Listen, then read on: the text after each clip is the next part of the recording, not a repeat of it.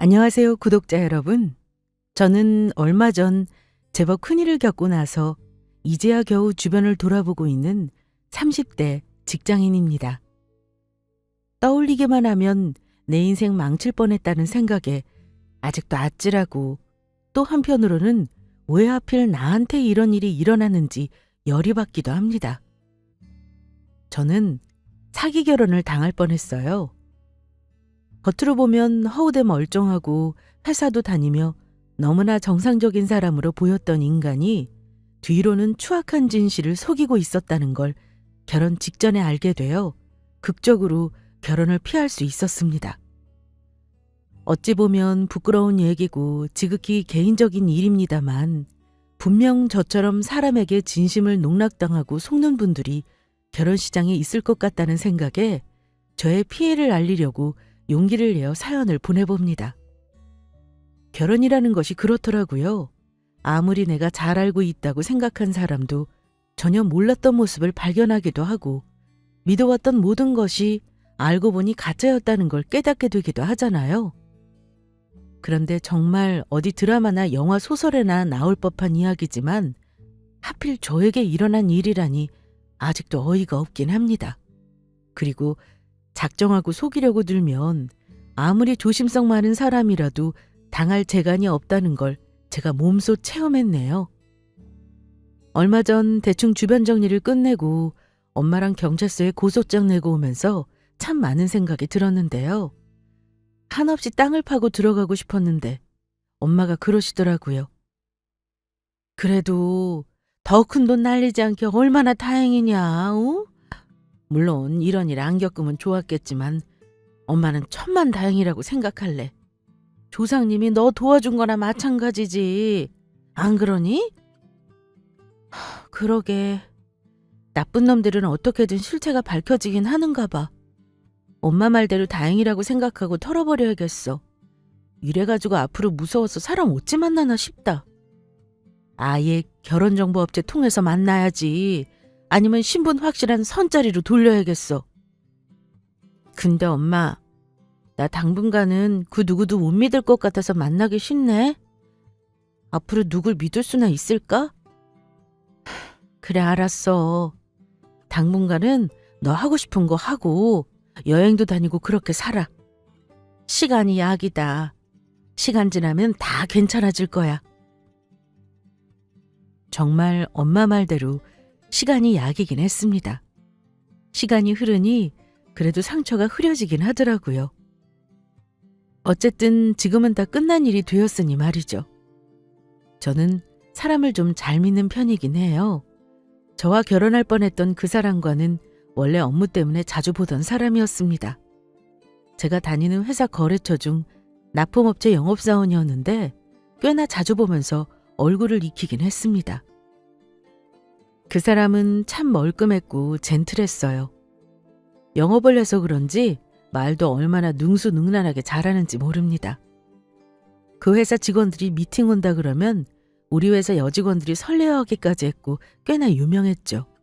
그런데 저에게 관심을 보이길래 처음에는 저도 긴가민가 했습니다. 회의 끝나고 식사도 팀끼리 몇 번 한 적이 있었고, 물론 술자리도 있었어요. 그때 이런저런 얘기를 하긴 했는데 같은 팀 선배가 유독 싱글인 저를 많이 치켜세웠어요. 제가 회사에서 유능한 인재이자 학벌 좋고 인물 좋고 집안도 좋은 1등 신부감이라면서요.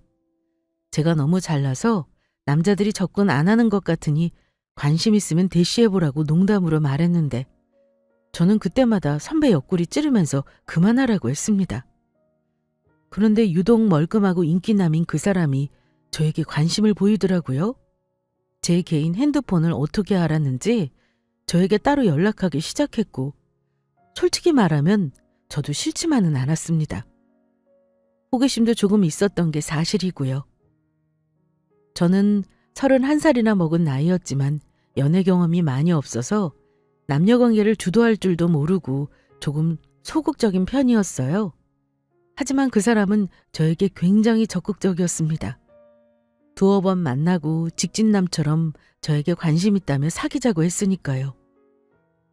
사회생활하면서 만난 사람이니 신분도 확실했고 일단 사람만 두고 보면 너무 성격이 좋고 다정했습니다. 저도 싱글이면서 결혼 정년기였고 그 사람은 저보다 3살이 많았는데 서로 결혼도 진지하게 고민할 나이여서 사귀자는 말과 결혼 말이 거의 동시에 나왔다고 해도 과언이 아닙니다. 남자친구는 본인 스스로는 굉장히 솔직한 사람이라고 말하면서 거의 사귀는 초반부터 자기 가족 사항이며 사는 집이며 다 말했어요. 그리고 경제적 수준까지도요. 그러니 저도 솔직할 수밖에 없었습니다. 나 아버지 안 계신 건 미리 말할게. 나 대학 때 돌아가셨고 우리 어머니는 나랑 내 동생 대학 공부 다 시킬 때까지 고생 많이 하셨어. 지금은 나도 취직했고 동생도 직장 생활하니까 큰 걱정 없이 살아. 아참, 내가 말했나? 우리 어머니 나름 건물주시라고. 대단한 건 아니고 다세대 주택 얼마 전에 지으셔서 지금 엄청 정신없이 사셔. 고생 끝에 낙이 온다고 우리 어머니 노후 걱정은 없으시니까 홀어머니라고 걱정은 미리 안 해도 돼. 아, 솔직히 말해줘서 고마워. 그래도 어머니가 대단하시네? 자식들 공부시키려면 참 많이 힘드셨겠어. 근데 나야말로 대단치 않은 집 자식이라 뭐 말할 게 없는걸? 오빠 어머님은 건물주인데 우리 부모님은 건물주까진 아니시거든. 그냥 하는 소리야. 내가 뭐 너 배경 보고 만나냐? 나한테 시집와도 걱정 없다는 뜻이니까 장인 장모님께 나에 대해 미리 잘 말씀이나 드려줘. 사귄 시간은 겨우 1년여. 결혼을 바로 결정하기는 짧은 시간일 수도 있지만 저는 그 사람을 사랑했고 믿었습니다. 일단 우리 집안은 남자친구 어머니처럼 건물주까진 아니어도 돈이 없는 분들은 아니에요. 자랑 같아 자세히 말씀드리긴 뭐하지만 두 분 다 서울 토박이로 서울에 당연히 자가로 집이 있으시고요. 강남에 재건축 노리고 사서 새놓은 아파트도 있습니다. 저는 자세히 모르지만 아빠가 대기업 임원으로 근무하시다가 퇴직하셨으니 엄마랑 지금 여유롭게 사시는 것 같고요. 언니는 이미 아빠 재직하고 있을 때 결혼했는데 그때 참 아빠 손님들이 어마어마했던 기억이 납니다.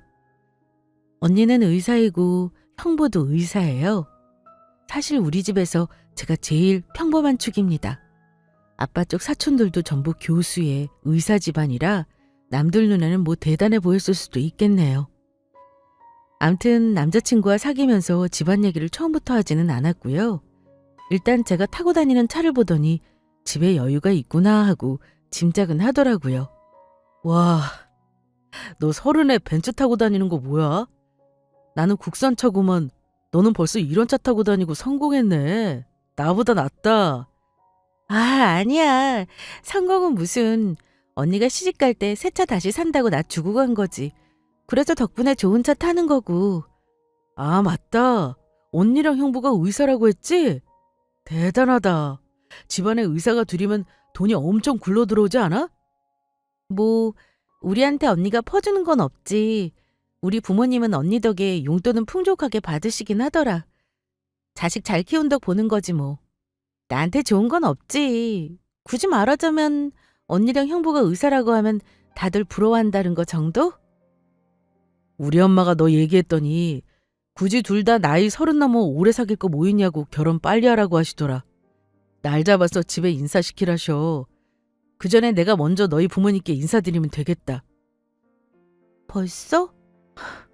결혼은 뭐라도 준비를 하고 추진해야 하는 거 아닌가? 나 아직 별다르게 준비한 건 없단 말이야. 결혼 준비가 뭐가 어려워. 굵직한 것만 해결되면 당장 2달 안에도 할 수 있는 게 결혼이지. 나랑 결혼하겠다는 네 마음만 변함없으면 돼. 그 사람은 저와 연봉도 비슷한 수준이었고 수중에 모아놓은 돈은 2억가량으로 결혼자금으로 쓸 수 있다고 하더라고요. 그런데 문제는 그 돈이 지금 자기 사는 집에 전세자금으로 묶여 있으니 신혼집을 자기 사는 집으로 하자고 했습니다. 남자친구는 엄마와 따로 살고 있었거든요. 다른 집 얻을 필요 없이 살던 집에 살림 드리는 건 저야 상관없었어요. 그래서 다른 결혼자금 드는 거는 적당히 서로 논의해서 하기로 했고 남자 쪽에서 집을 해오니까 제가 결혼 비용을 부담하는 쪽으로 가닥을 잡았습니다. 우리 부모님께도 그렇게 말씀드렸고 인사를 드리기로 했습니다. 우리 부모님에게 인사 온 남자친구는 처음 본 그날 이미 우리 집 사위나 다름없었습니다. 부모님 마음을 아주 홀딱 빼앗았어요. 우리 부모님도 사위 욕심은 못지않게 있는 분들임에도 남자친구가 입속에 혀처럼 구는 거에 넘어가신 거죠. 인물 훤하고 직장도 탄탄해 보이고 홀어머니라는 점이 마음에 걸린다고는 하나 건물주라는 말에 딸이 결혼해서 경제적으로 힘들 일은 없겠구나 하셨던 것 같습니다. 그런데 예비시댁에 인사드리는 일은 순탄치가 않았습니다. 남자친구는 어쩐 일인지 날짜를 두어 번 바꾸더라고요. 급작스럽게 일이 있다면서 한 번은 미뤘는데 바꾼 날짜에 맞춰 예비시댁 근처까지 갔을 때 느닷없이 남자친구가 저에게 전화를 해서는 다른 날짜로 미뤄야 하는 급한 일이 생겼다고 하는 겁니다. 또? 날짜를 왜 또 미루는 거야? 대체 무슨 급한 일이길래? 예비 며느리 인사하러 온다고 날짜 말씀드렸다며. 지난번에도 미루더니. 혹시 내가 모르는 무슨 일이라도 있는 거야? 아이, 일은 무슨 일. 엄마 집에 불청객이 좀 와 있어서 말이야. 오늘은 절대 안 되겠다. 일단 내가 문제 해결하고 나중에 다시 날 잡아볼게. 오늘은 미안하지만 그냥 가. 이유를 정확히 얘기해주지도 않고 돌아가라고 하더라고요. 어머니 집에 온 불청객이 도대체 누구인지 설명도 하지 않았습니다. 가라고 하니 별 수 없이 또 인사 가는 날을 미뤘고 한참 지나 겨우 날짜를 다시 잡아 예비시댁에 인사를 드렸죠. 예비시댁은 그냥 평범했습니다. 솔직히 말해 건물주라고 하는 말이 믿기지 않을 정도로 살림살이가 좀 궁색해 보였어요. 남자친구 말로는 자기 엄마가 워낙 검소하고 돈을 아끼시는 분이라 부자가 되신 거라 하길래 그런 줄만 알았습니다. 예비 시어머니가 저를 무척이나 마음에 들어 하시는 눈치였습니다. 인물로 보나 집안으로 보나 자기 아들이랑 너무 잘 어울린다는 말을 하시더라고요. 상견례 날도 얼른 잡자고 하셨고요. 그런데 신혼집은 이미 남자친구가 나와 산다는 집에 차리기로 했는데 그날 어머니가 갑자기 다른 소리를 하시는 겁니다. 저는 남자친구가 나와 산다는 집에 한 번도 가본 적이 없었어요. 사실 제가 가보고 싶다고 하면 이 핑계 저 핑계 내면서 시간을 끌고 안 보여주려고 하길래 혹시 집 상태가 되게 안 좋아서 그런가 하고 짐작만 할 뿐이었습니다. 어머니가 하시는 말씀은 이랬습니다. 지금 우리 창호가 나와 사는 집은 아무래도 계약이 끝나가니까 새 집을 얻었으면 해. 근데 요즘 전세가 많이 올랐잖아. 너도 알지? 네가 보탤 수 있으면 더 보태서 조금 괜찮은 집을 얻었으면 좋겠다만. 기간이 얼마 안 남은 거면 미리 나와서 새로 구하는 게 낫겠네요.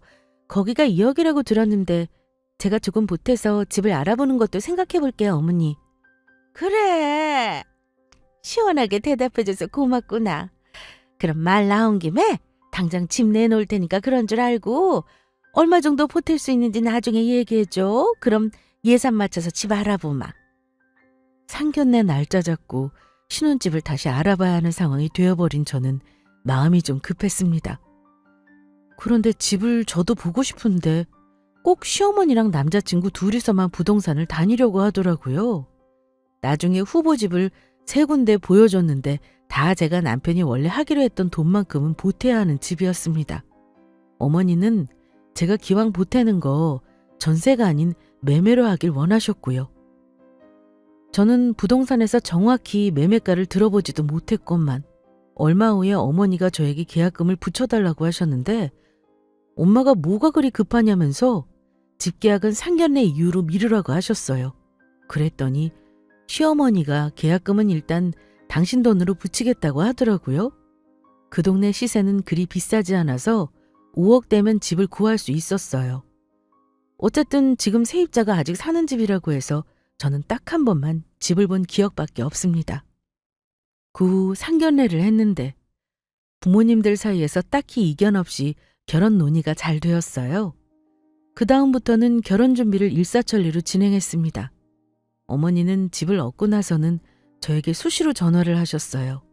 그러면서 결혼 준비 상황을 물으셨는데 본인 살림은 궁색해 보여도 무슨 가전가구 브랜드와 명품 브랜드를 줄줄 깨고 계시길래 좀 놀랐습니다. 그러면서 저에게 무조건 혼수 고를 때 같이 가자고 하시더라고요. 솔직히 말해 혼수 보러 다니는 것도 저는 친정엄마랑 언니와 하고 싶었어요. 하지만 시어머니는 아들 집에 드리는 혼수는 직접 봐야겠다고 하시면서 미리 연락을 하셨습니다. 너 살림은 내가 골라주고 싶으니까 나랑 백화점 가자. 네? 백화점이요? 어머니, 저 친정엄마랑 이미 보고 온 물건들이 있긴 한데 그럼 백화점 가서 일단 구경이나 해볼까요? 얘는 사지 않을 거면 뭐하러 가? 뭐 친정엄마랑 가겠다면야 내가 굳이 뭐라고 할 건 아니다만 일단 나랑 가서 대충 견적 뽑고 친정엄마랑 그거 가지고 상의했으면 해. 네, 어머니. 알겠습니다. 어머니는 굳이 백화점에서 보셔야 한다고 고집을 부리셨고 도저히 며느리 입장인 제가 거역할 수 없었습니다. 네가 안목이 나보단 있겠니? 이번 주말에 내가 같이 백화점 가서 니들 가구랑 가전 같이 볼 생각이니까 시간 빼놔라. 백화점 오픈할 때 들어가서 천천히 봐야지 않겠니? 어머니, 백화점도 좋지만 가구단지랑 가전 전문 마트도 같이 둘러보시는 게 어때요? 아무래도 한 번에 구입하면 백화점보다 할인율도 좋고 해서요. 지난주에 친정엄마랑 살짝 미리 다녀왔는데 가격 차이가 많이 나더라고요. 너는 우리 아들이랑 결혼하면서 지금 백화점이 비싸다는 말을 하는 거야? 나는 첫 결혼인 우리 아들 장가 보내는데 대충 하고 싶지 않아. 너희 집 이 정도는 해줄 형편 되시잖아. 너희 부모님도 첫째 의사 사위 보셨을 때는 대단했을걸? 그러니까 둘째 사위 때도 신경 많이 써주셔야지. 아이 그러니 참말 말고 내가 하자는 대로 백화점에서 다 장만해라. 나도 간 김에 너 예단으로 해올 거 미리 골라 넣으려고 해. 얼마 후 예비 시어머니와 혼수를 보러 약속한 날이 다가왔습니다. 저는 굳이 백화점이 아니어도 상관없었는데 어머니는 꼭 백화점을 고집하셨어요. 우리 언니도 의사지만 솔직히 버는 돈에 비해 엄청 호화롭게 결혼한 편도 아니었습니다. 언니는 제가 결혼 준비하는 과정 보고 얼마나 대단한 집안이기를 요구하는 게 맞냐면서 혀를 내두르긴 했어요. 가전가구는 보통 가구단지나 큰 대형 가전제품 마트를 가야 저렴한데 굳이 백화점을 고집하시니 저도 은근히 부담이 된 게 사실입니다. 어머니는 이미 예단 품목까지 백화점에서 고를 생각을 하고 계시더라고요. 아침에 백화점 오픈할 때 들어가서 살림부터 보기 시작하는데 어머니는 마치 본인이 쓰시기라도 할 것처럼 꼼꼼히 보셨습니다. 눈은 또 왜 그리 높으신지 수입주방 제품만 좋다고 사라고 하시는데 저는 속으로 혼자 막 애가 타더라고요.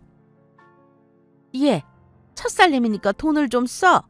원래 후진 거 사면 오래 못 쓰고 또 사게 되는 거야. 내 말대로 하면 나중에 어머니 말대로 하길 잘했다 할 날이 있을걸? 이것 좀 봐라. 숟가락 하나도 너무 고급지지 않니? 너 사는 김에 나도 같이 끼워서 몇 벌 사야겠구나. 어머니가 고린 수입 커트러리는 한 벌이 아니라 한 개에 3만 원을 호가하는 것들이었고 4인 가족은 마련해야 한다며 그릇과 냄비까지 사고 나니까 거의 500만 원이 넘었습니다. 게다가 어머니는 제 거 사면서 꼭 어머니 필요한 냄비나 그릇을 같이 끼워서 사시더라고요.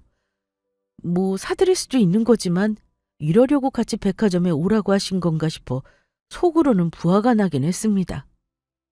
어머니는 가전과 가구 코너를 싹 한번 도시고 견적을 받으셨는데 가구만 거의 3천만 원에 가전은 2천만 원 돈이었습니다. 거기서 결제까지 하라고 턱을 들이미셨지만 제가 일단 둘러보고 결정하겠다고 하고 어머니를 겨우 끌고 나왔어요. 그리고 어머니는 거기서 끝이 아니라 여성복 코너와 명품 코너도 차례대로 순례하셨습니다. 저는 그날 어머니 옷 한 벌을 이미 해드렸고 명품 브랜드를 순회하면서 어머니는 마음에 드는 가방에 웨이팅까지 걸어놓으셨습니다. 저는 그날에만 거의 돈 1,000만 원을 결제했어요. 어차피 너 예단으로 3천 정도는 생각하고 있었지? 거기서 오늘 1,000만 원 썼다고 생각해라. 미리 웨이팅 해놨으니 네 결혼 때까지는 가방을 받아야 할 텐데 어찌 될지 모르겠다. 그렇지? 일단 오늘은 이 정도로 하고 점심이나 먹으러 갈까? 점심은 푸드코트에서 내가 쏘마. 저는 그날 어머니 옷 한 벌에 가방 미리 결제하고 웨이팅까지 해놨는데 점심을 백화점 지하 푸드코트에서 사주시겠다니요. 솔직히 짜증나더라고요. 하지만 티내지 않고 어머니를 따랐습니다. 어머니가 먹고 싶다는 메뉴를 정하고 앉아있는데 저는 뭔가 진이 빠져 있었어요. 이 아가, 얼른 너 먹고 싶은 거 고르고 있어. 엄마는 잠깐 화장실에 다녀오마? 네, 어머니. 그럼 제가 알아서 주문해 놓을게요. 저는 어머니가 자리를 잠시 비운 사이 음식을 주문해 놓고 넋이 나간 채 앉아 있었습니다. 그런데 그때 저를 누가 등 뒤에서 툭툭 치는 사람이 있었습니다. 가뜩이나 짜증이 난 상황인데 누가 저를 치니 썩 기분이 좋지 않기도 했고 짜증스러운 얼굴로 돌아봤는데 저는 전혀 본 적 없는 처음 보는 파리한 낯빛의 여자가 서 있었습니다. 저기요, 지금 잠깐 저랑 얘기할 수 있나요? 네? 지금 저한테 말씀하신 건가요? 네, 제가 오늘 거의 3시간을 넘게 따라다녔는데 꼭 말씀드려야 할 게 있어서요. 지금 여기서는 곤란한데 같이 온 분이랑 헤어지고 나서 연락 주실 수 있나요? 무슨 일인지 모르겠지만 지금 빨리 얘기해 줄 수는 없는 건가요? 제가 그쪽을 언제 봤다고 무슨 말을 할 줄 알고 연락을 하겠어요? 저는 경계하면서 말했는데요. 그 여자가 하는 말이 심상치가 않았습니다. 같이 온 사람, 시어머니 될 사람 맞죠? 이런 말해도 될지 모르겠지만 아가씨 보아하니 돈도 좀 있고 귀하게 큰 사람 같은데 이 결혼 하지 마세요. 이 결혼하면 인생 망쳐요. 제가 다 얘기할 테니 제 말 믿고 결혼 엎어야 할걸요? 이따가 같이 온 아줌마랑 헤어지고 나서 이 번호로 꼭 연락 주세요. 네? 그게 대체 무슨 말씀이세요? 내가 결혼한다는 건 어떻게 알고 있는 거죠? 지금 길게 말씀 못 드려요. 일단 그쪽 시어머니가 나한테도 시어머니라는 것만 알고 계세요. 그럼 저랑 할 얘기 있는 거 맞죠? 예비 시모가 그 여자에게도 시어머니라뇨. 저는 귀를 의심했습니다. 그러니까 저에게 시어머니인 사람이 오늘 처음 본 그 여자에게도 시어머니라는 소리가 뭐겠습니까? 같은 사람을 시어머니를 두고 있다는 건 우리들이 동서지간이 아닌 이상 뭐겠어요? 그때 어머니가 화장실에서 돌아오는 모습이 보였고 저는 그 여자 연락처를 받아들고 이따 연락하겠다는 눈짓을 했습니다. 그 여자는 다급하게 돌아섰는데 어쩐지 그 모습이 뭔가 짠했어요. 그 뒤로 어머니와 밥을 먹는데 솔직히 전혀 무슨 소리를 하는지 귀에 들어오지 않았습니다. 어머니가 몇 번이고 예, 너 지금 내 말 듣고 있는 거니? 하고 물으셨지만 대충 대답하고 빨리 조금 전 그 여자를 만나고 싶은 생각만 들었어요. 저는 어머니와 헤어지자마자 아까 그 여자에게 연락해 바로 근처 카페에서 만났습니다. 가슴이 두근거리고 현실감이 없더라고요. 그 여자가 말하려고 하는 게 뭔지 알 것 같아서 짐작이 되어서 더 두렵고 무섭더군요. 저기, 대체 아까 우리 시어머니를 어찌한다는 건지 말해줄 수 있어요? 댁한테도 시어머니라뇨? 무슨 뜻이죠? 그 여자는 다소 흥분 상태인 저와는 달리 담담하게 말을 했습니다. 무슨 뜻이겠어요? 한 남자한테 댁이랑 나 둘이 농락당했다는 뜻이죠. 오늘 아침부터 시어머니 집에 죽치고 기다리다가 저 따질 것만 따지려고 했어요. 근데 저도 이렇게 댁을 만나게 될 줄은 몰랐네요.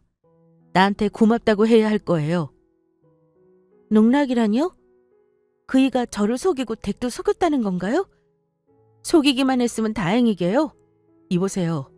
그 결혼 당장 엎어요. 나도 당했지만 나같이 불쌍한 여자 나오는 거 안 바래서 오늘 끝까지 어머니 미행하면서 기회 엿보다 알려주는 거니까요. 그 사람 저랑 이미 결혼까지 한 사이예요. 혼인신고는 안 했지만 벌써 우리 5년 넘게 사실혼 관계였어요. 게다가 지금 보이세요? 저 뱃속에 아이까지 있어요. 근데 저랑 끝내고 잘 사는 집딸이랑 결혼하겠다고 하니 제가 눈이 안 뒤집히겠어요? 저는 여자 말을 듣고 손이 떨리고 귀가 멍해졌습니다. 네? 그게 무슨... 결혼을 이미 했다니요? 그러니까 저랑 결혼할 그 사람이 댁이랑 이미 결혼을 한 사실이 있다는 거죠? 그러니까 사실혼이요? 네, 맞아요. 근데 우리 집이 가세가 기우니까 가차없이 저한테 나가라고 하던데요? 알고 보니 여자가 있었고 그 여자는 잘 사는 집 딸인 댁이었고요. 근데 제가 혼인신고는 안 했으니 서류상으로는 뭘 할 수가 없는 거예요. 그때 임신 사실을 알았어요. 나 그 집에 가서 몇 번 깽판도 쳤어요. 근데 눈 하나 깜짝 안 하더라고요. 그 사람들 얼마나 염치없고 거지근성인지 모르죠? 나랑 결혼할 때 얼마나 우리 집에서 뜯어갔는데 우리 친정 힘드니까 나 몰라라 하더군요. 세상에. 그럼 지금 댁은 어쩌고 있는 건데요? 그 뱃속의 아이는 어쩔 셈이고요? 그놈 자식이니 책임지라고 해야죠. 그랬더니 살던 집 보증금을 주겠다면서 먹고 떨어지라네요? 웃기지도 않아요. 내 돈으로 얻은 집인데 누구 돈으로 선심을 쓰나요? 근데 사람이 사람한테 이럴 수는 없는 거잖아요. 이거 알고도 결혼한다는 여자면 찐사랑이겠지만 댁은 어때요? 이 모든 사실 알고도 결혼할 수 있겠어요? 얘기를 들어보니 기가 찼습니다. 저랑 결혼 약속한 그놈은 완전 인간 쓰레기더라고요. 만나던 여자가 나름 집도 잘 살았고 처가에서 받은 돈도 많았대요. 집 보증금도 여자가 해온 거니 선심 쓰듯 보증금을 준다는 것도 웃겼고요. 심지어 그 인간 저를 전처와 정리도 되지 않은 상황에서 만났다고 하더라고요. 그거 알고 눈이 뒤집혔다고 합니다. 그 인간 저랑 살면서 자기 지인이나 친구 한번 소개받은 적 없었어요. 영업하는데 결혼했다고 하면 지장 있다고 심지어 회사에다가 결혼 사실도 숨겼고 혼인신고도 나중에 하자고 했고요. 근데 이런 식으로 배신할 줄은 몰랐죠. 그럼 그동안 농락당한 거 위자료라도 청구하셔야죠. 어머니가 건물주라고 들었어요. 뱃속에 아이도 있으니 고소라도 하고 뭐라도 받아내야 하는 거 아닌가요? 이 엄청난 사실이 기가 막히면서도 저는 임신했다는 그 여자가 마음에 걸렸습니다. 그런데 제 얘기를 들은 그 여자가 황당해하며 웃더라고요. 건물주요? 어머, 무슨 건물이에요? 건물은 그거 다 허세고 있어 보이려는 수작질이거든요. 그 집 쥐뿔도 없는 집이에요. 여자 호구 물어서 잔뜩 단물 빨다가 삥 뜯고 버리는 족속들이라고요. 아직 아무것도 모르시는구나. 혹시 신혼집도 얻었나요? 네, 같이 보태서 하기로 했는데 계약금만 보냈다고 들었어요. 대출을 좀 받아야 한다고 하길래요. 그나마 다행이네요. 어쨌든 잘 알아보세요. 내가 알기로 그놈의 인간 개털에다가 돈 없으니까. 아마 그쪽 돈만 보태고 대출 잔뜩 받아서 결혼해서 같이 갚자고 할 수도 있죠. 어쨌든 제가 그쪽 결혼하는데 초치는 게 아니라 도움이 되고 싶어서 얘기한 거니까 제발 정신 차리고 결혼 엎으세요. 사람이 너무 화가 나면 오히려 침착해지는 거 아시나요? 처음 기막힌 사실을 들었을 때는 정신까지 아득했는데 오히려 다 듣고 나서는 앞으로 내가 어떤 식으로 그 자식을 엿먹여야 하는지 계획을 짜게 되더군요. 순간 떠오르는 것이 예전에 시댁에 인사하러 갔을 때 찾아왔다던 불청객이 누구인지 알겠더라고요. 힘들었을 텐데 모든 사실을 말해줘서 정말 고마워요. 덕분에 내가 살았네요. 나머지는 이제 제가 알아서 해볼게요.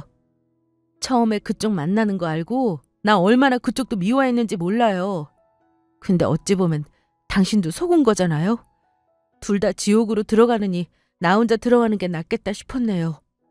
그래서 나도 앞으로 할 수 있는 방법은 모조리 다 동원해서 복수하려고요. 그럼 내가 혹시 도와달라면 협조해 줄 수 있나요? 우리 둘이 그 집안 인간들 같이 혼내줄 수 있을 것 같은데. 뭐든 연락하세요. 내가 도울 수 있는 거면 도울 테니. 저는 처음 만난 여자였지만 동지애까지 느꼈습니다. 우리 부모님께는 차마 바로 파혼하겠다는 말은 못했어요. 일단 제 선에서 먼저 정리하고 싶었습니다. 그 와중에 가장 깔끔하게 끝낼 수 있으면서 한 방에 복수할 수 있는 방법이 뭘까 고민하다가 저는 다 같이 모인 자리에서 한 방에 터트려버리는 방법을 선택했습니다. 조용히 계약한 식장과 신혼여행을 모두 취소하고 백화점에 가서 전부 환불 처리했습니다. 어머니가 걸어놓은 웨이팅도 취소했고요. 다행히 집은 제가 계약금을 붙이지도 않았고 잔금을 치르지 않아 손해본 건 없습니다. 그리고 어머니에게 연락해 긴히 드릴 말씀이 있다고 했어요. 물론 남자친구도 같이 보자고 했습니다. 돈 문제로 상의 드릴 게 있다고 하니까 잔뜩 긴장하더라고요. 그날 저녁 예비시댁에 갔더니 어머니와 남자친구가 앉아서 심각한 얼굴을 하더니만 저보다 한술 더 떠 이런 말을 했습니다. 마침 네가 보자고 했으니 말인데 우리 어머니가 지금 건물이 넘어갈 판인가 봐. 사실 세입자 들이면서 대출받은 걸 갚으셨다고 해도 몇 억이나 되는 돈이 쉽지가 않은가 봐. 이자만 해도 한 달에 얼만지. 그래서 말이야. 네가 급한 대로 친정에서 돈 좀 해줄 수 없어? 그럼 급한 불은 끌 수 있을 것 같아. 그래 얘. 마침 네가 오늘 돈 문제로 보자고 하니까 우리도 얘기해야겠다 싶어서 큰맘 먹고 얘기하는 거야. 너희 집에서 5, 6억은 돈도 아니지? 그 돈 해주면 내가 나중에 이자 쳐서 갚는다고 약속하마. 아예 본격적으로 돈 얘기를 꺼내면서 저를 속이려고 드는 게 눈에 보이더라고요. 둘이서 급박한 상황을 연출하면서요. 아마 아무것도 몰랐다면 저는 부모님께 어렵게 말을 했을지도 모를 일이죠. 하지만 이제는 상황이 달랐습니다. 저는 두 사람 얼굴을 똑바로 보며 차갑게 말했어요. 왜요? 그 돈 제가 빌려다 주면 그걸로 저희 신혼집 얻으시려는 건가? 아니면 있지도 않은 건물이 대체 누구한테 넘어간다는 건데요? 그러자 남자친구와 어머니가 당황스러워하더라고요. 뭐? 너 그게 무슨 말이야? 있지도 않은 건물이라니. 내가 지금 너한테 거짓말하고 돈을 달라고 하는 거겠어? 너 지금 우리 왜 보자고 한 거야? 아, 오늘 보자고 한 건 어머니네 부탁을 들으려는 게 아니라 제가 할 말을 하려고 보자고 한 건데요. 그래? 무슨 할 말이길래 그러는 거니? 저는 언성을 높이지도 않고 말했습니다. 저 이 결혼 안 하려고요. 오늘 파혼 정식으로 통보하는 거니까 그런 줄 아셨으면 해요. 그리고 그동안 제가 쓴 돈은 되돌려 주셨으면 하는데요. 뭐? 야, 너 갑자기 왜 이래? 나한테 뭐 화난 거 있어? 얼마 전에 엄마랑 혼수까지 보러 다녀왔다며. 갑자기 이러는 이유가 뭐야? 그걸 나한테 묻다니 참 뻔뻔하네. 몰라서 물어? 오빠, 이미 결혼했었다며? 혼인신고만 안 하고 사실혼 관계로 지내다가 나한테 접근한 거잖아. 나 이미 다 알고 왔어. 제가 소리를 지르자 남자친구는 놀란 눈치였지만 끝까지 거짓말을 했습니다. 무슨 개떡 같은 소리야. 내가 결혼을 했다니. 가족관계 등록부라도 보여줘? 절대 그런 일 없었어. 대체 누구한테 뭔 소리를 들은 건데? 끝까지 거짓말이구나. 혼인신고를 안 했으니 서류상으로는 미혼이겠지. 하지만 사람한테 상처 주면 과거는 절대 깨끗하게 남지 않아. 뭐? 결혼 안 했다고? 어디 이 사람 보면서도 그런 말이 나오나 보자. 저는 바로 시댁문 앞으로 걸어가 현관문을 열어젖혔습니다. 그러자 문 밖에서 기다리고 있던 남편의 전초라는 여자가 시댁 집 안으로 들어왔어요. 시어머니와 남편은 여자를 보고 귀신이라도 본 것처럼 소스라치게 놀라더라고요. 그리고 남자친구는 이제껏 한 번도 본 적 없는 모습을 보이며 광분해서 소리쳤습니다. 네가 여기 어떻게 와? 내가 그 집 보증금 가지고 먹고 떨어지라고 했잖아. 너냐? 네가 지금 이 사달을 낸 거야? 왜 사람 앞날을 막고 지랄인 건데? 당신이야말로 지금 무슨 짓 하는지 알고나 있는 거야? 당신은 세 사람의 인생을 망치고 있어. 나, 뱃속의 당신 아이, 그리고 사기치고 결혼하려는 저 여자까지. 그 죄가 작다고 생각하는 건 아니겠지? 어떻게 혼자 잘 살 생각을 할 수 있는지 모르겠다. 대체 저 여자한테는 뭐라고 사기를 쳤니? 당신이 그러고도 사람이야? 예비 시모는 모든 게 들통났다고 생각했는지 자리에 주저앉아 버렸습니다. 아이고, 이를 어째? 다 망했다 망했어. 전현이 다 망쳤구나. 거봐 창호야. 엄마가 처음부터 전현은 별로라고 했잖아. 왜 엄마 말을 안 들어서 이 꼴을 보게 하니? 어? 이제는 빼도 박도 못하게 생겼잖아. 엄마, 가만 좀 있어 보세요. 일단 일은 터졌고 수습은 해야 되잖아요. 나 이 결혼 깨지만 방법 없어요. 그렇다고 전현이랑 다시 살기는 죽어도 싫다니까요. 일단 저 여자부터 쫓아내고 말하자고요, 엄마. 저는 두 모자의 모습에 할 말을 잃었습니다. 내가 저딴 인간이 뭐가 좋다고 이제까지 속았는지. 그제야 찌질하고 치졸한 모습이 눈에 들어오더라고요. 이보세요. 당신들이 이러고도 인간이에요? 지금 그딴 말이 나오냐고요.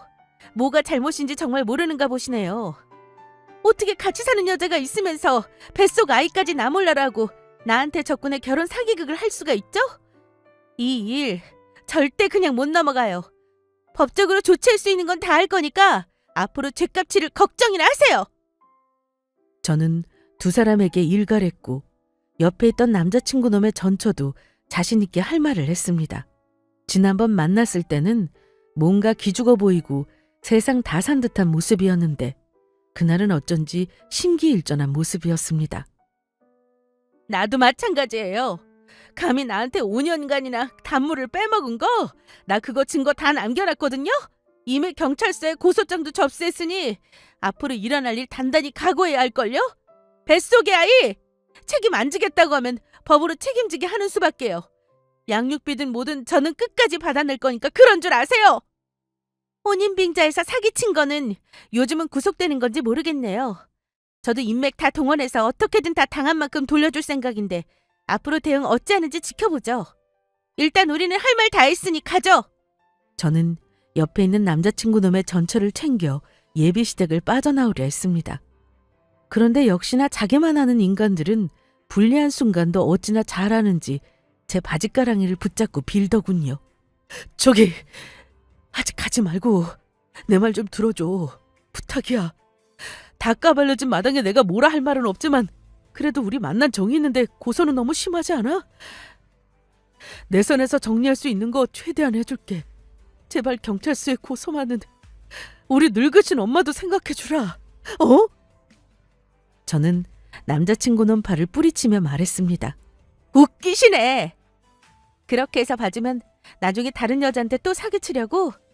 미안하지만 나는 당신 전처처럼 그렇게 착하진 않아. 보니까 저분은 회사에도 안 알렸더라. 아마 사실혼 관계니 말하기가 좀 그랬겠지.